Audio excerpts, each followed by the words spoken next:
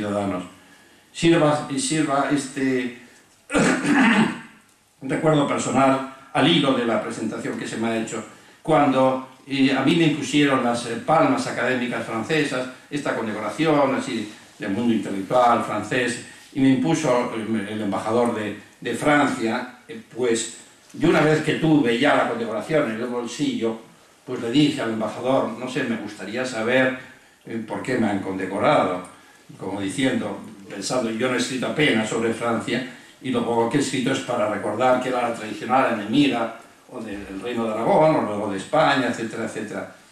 Y entonces me dijo, pues mire, señor profesor, por una cosa bien clara, usted ha hecho que los españoles conozcan su historia, usted ha hecho una gran exaltación de la nación de ciudadanos de España, y eso beneficia, diríamos, a Europa y beneficia al concepto social y a la humanidad, etcétera, y al desarrollo histórico como desarrollo de progreso. Bueno, pues yo me sentí muy halagado y efectivamente reconocí que la idea de nación es una idea que nos libera del viejo mundo, del antiguo régimen, de las diferencias marcadas, regionales, sociales, de casta, de iglesia, etcétera, etcétera. Por otro lado, un bicentenario no nos debe hacer prisioneros del pasado. Ortega y Gasset, en su obra El Espectador, cuando escribió los artículos del Espectador, decía que había que amar el pasado, pero había que amar el pasado como pasado, no como presente. Yo creo que actualmente en España son los tradicionalistas y los nacionalistas los que no quieren que sea pasado, sino quieren que sea presente. Y muchas veces es un pasado manipulado que quieren que sea presente. Nosotros, los que no lo somos, reivindicamos el pasado como pasado, no como presente. Ortega decía, amar el pasado es congratularse de que efectivamente haya pasado y de que las cosas, perdiendo esa rudeza con que al hallarse presentes arañan nuestros ojos, nuestros oídos y nuestras manos, ascienden a la vida más pura y esencial que llevan en la reminiscencia. Por otro lado, efectivamente, y al final de mi conferencia, no es necesario extenderse sobre la importancia que tiene la historia en la configuración de las naciones. Es claro que no es que haya historias nacionales porque hay naciones, sino que hay naciones porque hay acontecimientos e historias nacionales, como la guerra de la independencia. Las naciones sin historia no son naciones en sentido estricto, son como una especie de materia amorfa, moldeable por el espíritu de aquellas naciones que sí tienen historia. La nación no es, se construye, y se construye en gran parte a través de la transmisión de una memoria pública. Quizás a partir de la muerte de Franco hubo un fallo en España que considerábamos los que nos sentíamos españoles que era algo dado, algo hecho, algo pues, que ya estaba consolidado, y durante esos años no nos molestábamos en seguir construyendo la nación, cosa que sí hicieron los nacionalistas. Por eso esa especie de gran diferencia, aparte de la impuesta por el terrorismo que existe entre las afirmaciones nacionales de los nacionalistas y el sentimiento que se les permite a los nacionalistas y sus envoltorios en mitos de guardarropía, y las que a veces, diríamos, pues se atribuyen a los españoles siempre relacionándolos con un viejo régimen ya caduco, etc. Ha tenido que ser la selección española de fútbol la que nos haga vibrar y vivir como símbolos populares, los grandes símbolos nacionales. Cuando el Foro de Hermoa, en una manifestación en Madrid, interpretó el himno nacional en la puerta de Alcalá entre cientos de miles de personas, era la primera vez casi que sonaba el himno nacional y fue enormemente emotivo. Por supuesto que desde el gobierno dijeron que era un acto de fascistas, que solo había señoras con bisón, etcétera, etcétera, y todas procedentes del barrio de Salamanca. Bueno, pues gracias a Dios, los jóvenes, a veces borrachos y no borrachos, con camisas, con el Che Guevara o con Metallica, con piercings o con pendientes, desgreñados o peinados, han llevado la bandera nacional y han gritado soy español, español y español, y realmente creo que eso beneficia esta concepción. Les puede parecer a ustedes que es una pedagogía barata, pero entiendo que los grandes símbolos también se transmiten así y nos hacen demostrar que no es cosa de una élite ni por supuesto de un partido. El problema es que este partido trata de que efectivamente los españoles convivan en esos grandes símbolos y no sean símbolos solos de pasados de moda o prototipo de algunos regímenes no democráticos. Se viven los símbolos ya en España de una forma democrática. Por eso creo que la historia, como vengo diciendo, es la gran partera de la nación. De ahí que los historiadores seamos considerados sujetos peligrosos e indeseables por aquellos que hoy desean hacerse una patria nueva, por aquellos que se esfuerzan en inventar una memoria enfrentada y separada a España, una memoria que reescribe su idea de nación con los renglones torcidos del mito, con los renglones torcidos del odio, de la animosidad, de la diferencia. Y por supuesto a los nacionalistas de hoy no les interesa en absoluto conmemorar la guerra de la independencia, que fue la que a un pueblo aparentemente disperso lo transformó en comunidad nacional por el calor y la exaltación de su respuesta unánime al extranjero. Poco antes de reunirse las Cortes de Cádiz, Calvo de Rozas llamó a construir la razón de la resistencia a Napoleón y la dignidad de ser español sobre la libertad y sobre un cuerpo político, que va a ser la Constitución, que contribuyera a afianzar los derechos del individuo. Ese es el modelo de nación que festejamos en este bicentenario. La que Galdós soñara entre la sombra de sus episodios nacionales, como él tolerante de lealtad contraria, heroica viviendo, heroica hablando, heroica luchando por el futuro que hoy es el nuestro. Esa nación de ciudadanos y no la otra, la que construyen los nacionalistas, aquella que aún se imagina sobre la sensación de pérdida, sobre el rechazo del distinto, sobre el exilio o la amenaza del que no piensa igual. Época extraña la que vivimos hoy en España. Época de doble moral, de doble palabra, en la que se ha querido tipificar como delito la apología del franquismo, y que está bien hacerlo, pero se cierran los ojos al rostro totalitario y sanguinario de los etarras y de sus jaleadores. Época terrible en la que las víctimas del terrorismo tienen que pasear o vivir cerca de plazas que llevan el nombre del asesino de su padre, de su marido o de su abuelo.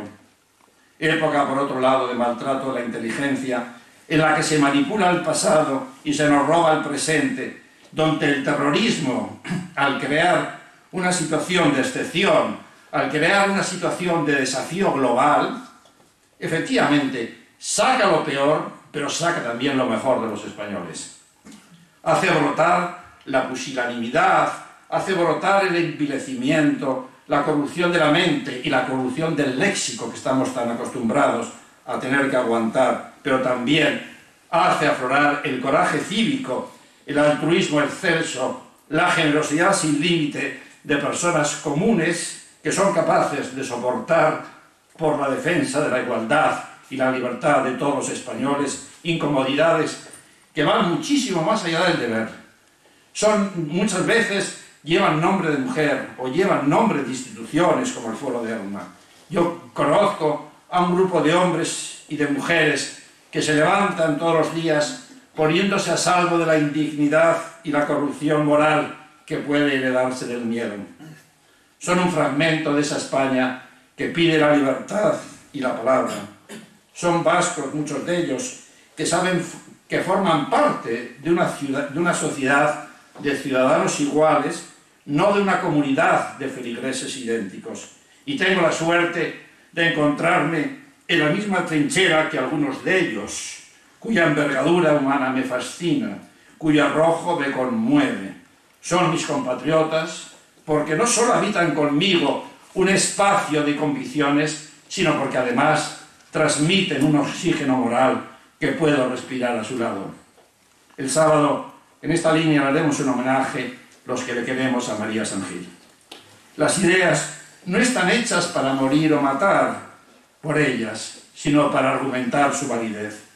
Por eso, no creo en la lealtad trágica a una sangre que dicen los nacionalistas, sino creo en el sobrio parentesco de la ciudadanía que arranca de 1808.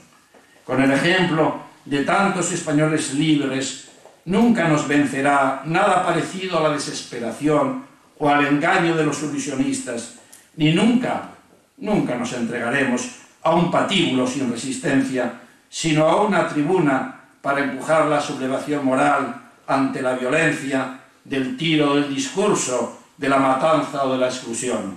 Porque hay una forma de amar el país, hay una forma clara de amar a España, que es no quererla injusta y además en decírselo.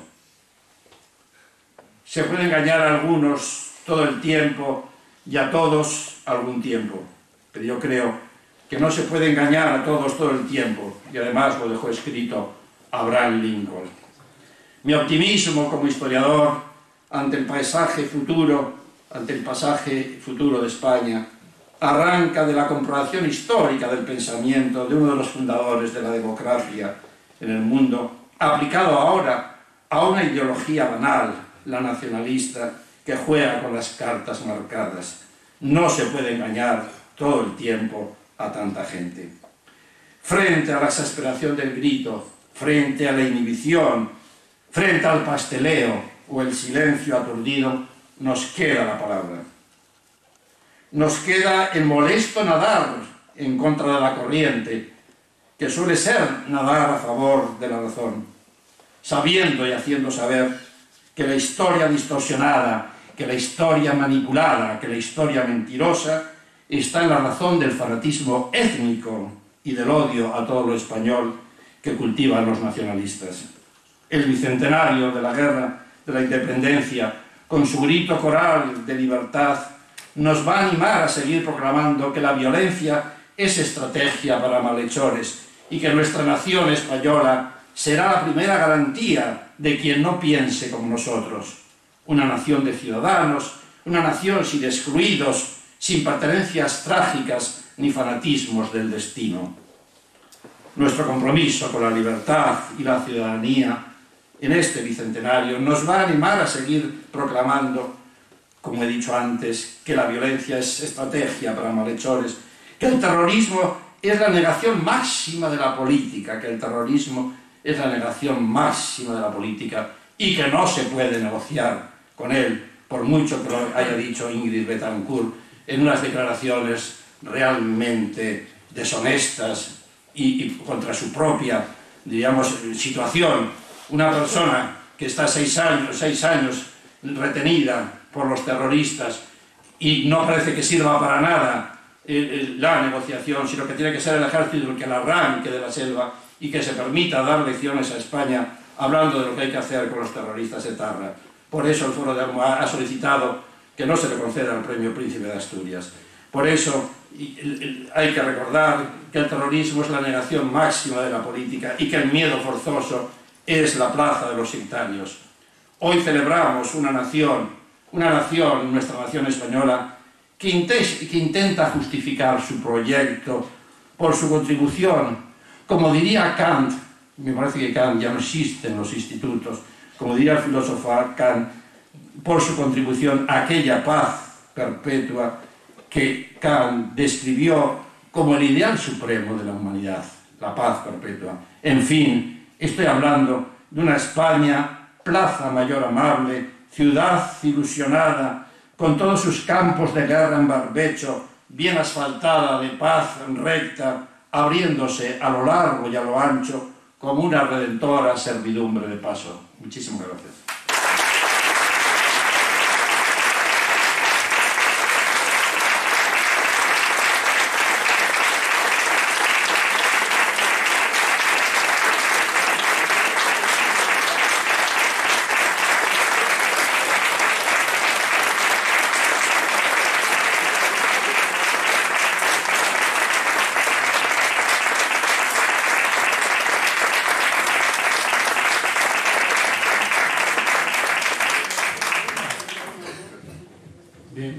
Creo que no exageré nada en la presentación. al hablar de la maestría de García Cortázar al tratar la historia y la emoción y la valentía con la que recuerda a la gente que este país todavía no es libre para pensar como quiere.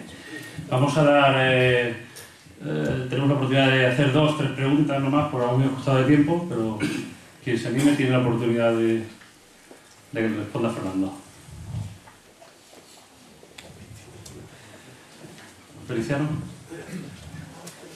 Primero, felicitar al profesor García Cortázar. Yo realmente no quiero hacer ninguna pregunta. Lo que quiero es subrayar que desde fuera del País Vasco el valor cívico es un titular que supone un reconocimiento de un nuevo modelo. No habíamos estado en España, por lo menos en la historia de las ideas políticas que yo conozco, en la historia que hemos leído, en una situación semejante de chantaje y de opresión.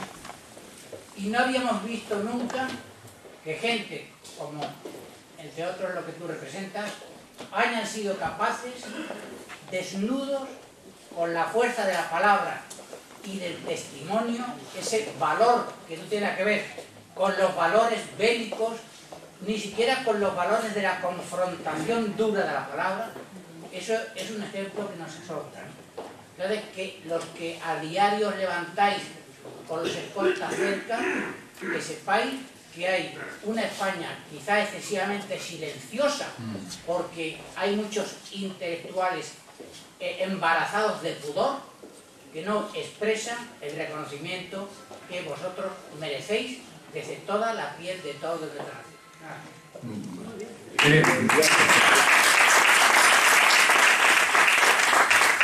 Sí, muchas gracias a todos estos colectivos y esos trabajos que tenemos ahora. También estamos en el trabajo ímprobo, llamativamente ímprobo, de la materia lingüística, es decir, que es tremendo, ¿no? Que esta España, que en algunas partes de ella no se pueda ejercer tu derecho, libertad individual a elegir el idioma que es el tuyo y el mayoritario de la nación. O sea, que ya en el País Vasco, en Galicia, y no solo el caso de Cataluña, vean ustedes Mallorca como está, etcétera, etcétera, que es dramático. Entonces yo creo que efectivamente también hay que gritar que tenemos derecho a hablar nuestro idioma, además es un idioma bello, que lo hablan 400 millones de habitantes y que tiene una gran literatura, como sabes tú muy bien. Al hilo de tu admirable y generosa interpretación de nuestros movimientos y de tu declaración, a mí se me ocurre además también decir, no solo en el terreno nuestro de los llamados profesores, escritores, intelectuales, pero yo siempre he pensado, por ejemplo, que la experiencia, digamos, de una libertad condicionada y aplastada hace convertirse en verdaderos filósofos y científicos sociales a personas sencillas. Y te voy a poner un ejemplo. Si tú le oyes hablar a Pilar Elías es esta señora concejal del PP de Azcoitia, que además, como sabes, le asesinó a su marido, el niño que había sido salvado por su marido, y que tiene que convivir con la cristalería del asesino al pie de su portal. Tú le oyes hablar a ella y parece Tocqueville, o parece cualquier científico, parece Sartori, o parece, digo, por esas declaraciones que hace de amor a la libertad y de defensa de la libertad de una señora, bueno, pues con perdón de la expresión, porque yo siempre suelo criticar a Umbral porque atribuyó a las mujeres ese adjetivo de maruja, cuando muchas veces los marujos somos los caballeros y estamos todo el día con el zapping buscando la pierna de un jugador del Milan o de no sé qué, no sé cuánto. Y yo siempre suelo decir que las actividades culturales en España están sostenidas por mujeres. Usted va a un museo y el 80% son mujeres. Va usted a un acto cultural, quitando hoy, que me parece que hay una mitad, pero normalmente son un 70-30%. Yo que también dirijo, como sabe Alberto, aulas de cultura del grupo y directamente en Bilbao y en Madrid, siempre es así. Por eso digo, pero que esta señora que podía representar esa sección de la maruja del pueblo, bueno, pues se ha convertido precisamente por el horror en una verdadera científica social o politóloga, no sé. Perdón, me uno a la felicitación a mi compañero y amigo. Y ha dicho usted una cosa que me ha sorprendido porque no ha dado la respuesta después, y es que el Gobierno de la Nación negó su presencia en los actos conmemorativos del bicentenario de Bailén. ¿Qué dijo el gobierno para no asistir? Bueno, pues que no, la verdad es que sí, puede estar en internet y encuentra, pues no, que no le pareció bien, que que fueran, o sea, el alcalde de Bailén solicitó que la familia real fuera, el rey o algún miembro de la familia real, y entonces dijeron que no estaba en el ámbito, diríamos, en la idea del gobierno de que fueran, nada más, y efectivamente yo creo que no dieron ninguna razón, y para el alcalde, yo hablé mucho con el alcalde por esta situación, fue realmente trágico y la nota es bastante durita, incluso pues aludiendo que la familia real que está allá, el Real de Mallorca, porque no puede acercarse el 19 de julio allí, o sea que sí, realmente. Pero obedece, yo creo, la política del actual gobierno, es decir, sí, muy maniatado por los nacionalistas, Le puedo contar que el 2 de mayo, de que sí asistió la familia real en pleno a los actos que tuvieron lugar fundamentalmente en Móstoles, bueno, en Madrid capital también, pero en Móstoles contra el gobierno en pleno y la familia real. Y como tuvimos que charlar pues, mucho tiempo con Zapatero, etcétera, bueno, pues Zapatero siempre, más lo he dicho en varias veces en televisión, Zapatero, siempre que me encuentra me suele decir: te leo. Y yo le digo, pues no se te nota. De verdad, o sea, y entonces esto, ahí como ya me lo había dicho un mes antes, se acordó, y entonces me dijo, ¿te habrá gustado mi idea nacional que he mostrado en mi discurso? Me hizo esa pregunta. Yo le dije, sí, espero que no te lo hagan tus asesores, esos asesores que aparecen, que no quiero ni mencionarlos, no quiero ni mencionarlos en público para no hacer propaganda, que son asesores de él, llamativamente, pues escritores de Chichinabo, que son asesores para grandes temas históricos y los tienen ahí en plantilla, que a mí me llamó la atención. Bueno, entonces, ahí sí, por ejemplo, se celebró y estuvo también, claro, el gobierno francés, representado, etc. Pues sí, llamativamente, pero obedece a esa idea de que los nacionalistas no les... ¿Por qué el partido de Albert Rivera en Barcelona ha pedido en el Parlamento se creara una comisión para celebrar la guerra de independencia en Cataluña? Pues les han dicho que no, que ya sabe usted cómo se llama además allí, se llama la guerra del francés. Cuando habría que recordar la historia como se escribe, habría que recordar que el nombre de la guerra de independencia procede de un historiador catalán. Hay multitud de datos, quizás por hacer la plata Castaños, el general de la batalla de Bailén, después va a ser capitán general en Cataluña. Y entonces hay multitud de folletos, pues llamándole Viriato, llamándole como el gran genio, tal, de muchos historiadores catalanes. Y esta imagen que tenemos de guerra de independencia procede, diríamos, de la historiografía catalana. Yo en un libro de la fundación esta, del 2 de mayo, Nación y Libertad, que se llama Relatos después de la batalla, he introducido uno del famoso historiador, polígrafo Capmany, que es digno de ser recordado, ¿no?, por su gran espíritu nacional, ¿no? Bien, pero bueno, pues ahora la historia la tratan de reescribir y de hacerlo olvidar. Piense usted, bueno, el ejemplo más claro es quizás lo que ocurre en Vitoria. En Vitoria, en el centro de esta bella ciudad, a los bilbaínos nos cuesta reconocerlo, pero es una ciudad muy bonita, será muy fría, lo que sea, pero es una ciudad muy bonita. Pues hay un monumento a la batalla de Vitoria, que es a la independencia de España. Y durante tiempo continuamente borraban eso y se podía pensar que era la independencia del mundo abertzale, ¿no? Hasta que llegó el PP a la alcaldía y lo puso de tal forma que no se pudiera, casi acorazó el monumento para que se pusiera a la independencia de España, porque pues hacían creer que era a la independencia pedida por Otegi y compañía, ¿no? Bien, la última intervención. Sí. Después de felicitarlo por su magnífica conferencia y aprovechando la gran autoridad que tiene usted en la materia, quería preguntarle si el nacionalismo vasco de alguna manera es una prolongación del movimiento apostólico primero, llamado carlista después y tradicionalista. Es decir, si Dios dejó de ser español para ser vasco. Sí, porque efectivamente usted ha dicho, creo que es así, un capítulo de un libro mío es así, cuando Dios era español, ¿no? Me parece, ¿no? Los mitos. En los mitos, ¿no? Me ha sonado cosa que yo decía, sí. Pues efectivamente, esto... No, el problema es que ahora ya no es, tampoco es el Dios, el vasco. Se ha pasado, diríamos, de Euskadi para Dios, que es Sabina Arana, Euskadi para la Revolución, que es la época de los años 60, imitando un poco las revoluciones tercermundistas, aplicando el modelo tercermundista, colonial, etc. Y ahora es Euskadi para sí misma, tiene un sentido puramente de lucha étnica, etcétera, etcétera. Esto...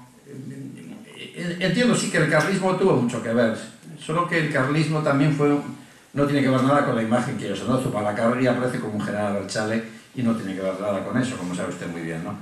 Pero quizá esa extracción y esa fuerte mentalidad religiosa sí tiene mucho que ver, y como sabe usted, Sabina Arana era hijo de un carlista rico, ¿no? Medianamente arruinado, tampoco muy arruinado, como a veces se hace creer. Como se decía en Bilbao, hay uno de los hombres más ricos de los años 20 en España era el naviero, minero, etc., Ramón de la Sota. Y la gente, ¿no? Mi abuelo siempre decía, la quiebra de Sota, para mí la quisiera yo, ¿no? O sea, pues, entonces probablemente también Sabina Arana tenía un buen vivir, barcos, etc., y eran carlistas. El carlismo sí influye mucho, puesto que también es una especie de respuesta político-religiosa a una situación. Yo lo que creo que ahora tiene poco que ver ya el nacionalismo con la cuestión religiosa.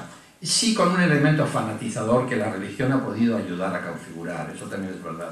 El hecho de que haya tanta militancia de curas en el mundo nacionalista hace que han hecho una especie de sustitución de la idea religiosa por la idea de nación. Y es un mundo que no... Podríamos estar aquí toda la noche y ustedes que quedarían espeluznados si ustedes supieran las barbaridades hasta dónde se puede llegar en ese mundo tan fanatizado y tan cerrado, que probablemente solo se pueda entender desde una formación religiosa muy cerrada. Por ejemplo, yo he oído, crean ustedes lo que les voy a contar, yo he oído a un jesuita, que tampoco parece que sería de los más tontos, ya saben que decían antes que los jesuitas tontos los mandaban de mártires a China. Entonces yo estaba en un colegio mayor donde uno de los directores tenía fama de tonto para los chicos. Los chicos decían que se había tirado el barco cuando lo mandaban ya de mártir a China y que había vuelto a Bilbao. Bueno, pues entonces uno de estos señores dijo que rezar en castellano, él no sabía vascuence, era como tratar a Dios como un guardia civil. O sea, yo en este tipo de cosas yo suelo decir que suele proceder de esos mundos en los cuales muchas veces no se sabe lo que es el amor de la mujer, o el amor en general, ni se sabe el precio del pan. Y entonces, claro, están con esos fanatismos. Es decir, el exceso de nacionalismo de la Iglesia no responde incluso a su propia clientela. Es decir, la Iglesia es mucho más nacionalista que su clientela. Y demuestra a veces una tal falta de piedad que sobrecoge. Y, Antena 3, yo no sé si ustedes lo podrán encontrar porque es un documento maravilloso. Creo que se llama El nombre del Padre. Antena 3, a través de estos equipos que dirigen Melchor Miralles y El Mundo, hizo un reportaje sobrecogedor sobre la Iglesia del País Vasco, en el que aparecíamos, yo entendí, a mí me grabaron muchísimo tiempo cuando entendí que era tan fuerte la imagen que daban los, llamaríamos los malos, que a los, teóricamente los buenos nos sacaron muy poco, es decir, como excepción, pues al jesuita también, Antonio Beristain, a mí, etcétera, etcétera. Pero sobrecoge, vean ustedes ese documento, hecho con cámara oculta. La iglesia, esos sacerdotes se quejaron de que hubiera de cámara oculta, pero bueno, porque cuando a través de la cámara oculta se llega a descubrir una red de pedofilia, una red de trata de blancas o lo que sea, la gente no pone el grito en el cielo. Es decir, bueno, y ahí pusieron el grito en el cielo, pero lo llamativo es que, bueno, en el caso de Setién, los que hacían cámara oculta se presentaron ante él como alumnos de doctorado de la Universidad, de la Facultad de Ciencias Políticas de la Universidad de Granada, o sea que no eran unos cualquiera, sino que suponía que ante ellos había que adoptar un tipo de respuestas. Dice unas barbaridades, dice textualmente que teme más a un cura españolista que a un cura nacionalista, que realmente los de ETA pues son héroes, barbaridades de ese tipo. Bueno, ahí lo tienen ustedes, se llama El nombre del padre y es, como digo, sobrecogedor. Yo entiendo que es tal apología del terrorismo que creo que jurídicamente no se puede actuar, quizá porque está tomado así o no sé, pero sobrecoge. Sí. Muy bien, pues muchísimas gracias, Fernando, y muchísimas gracias a todos por su presencia.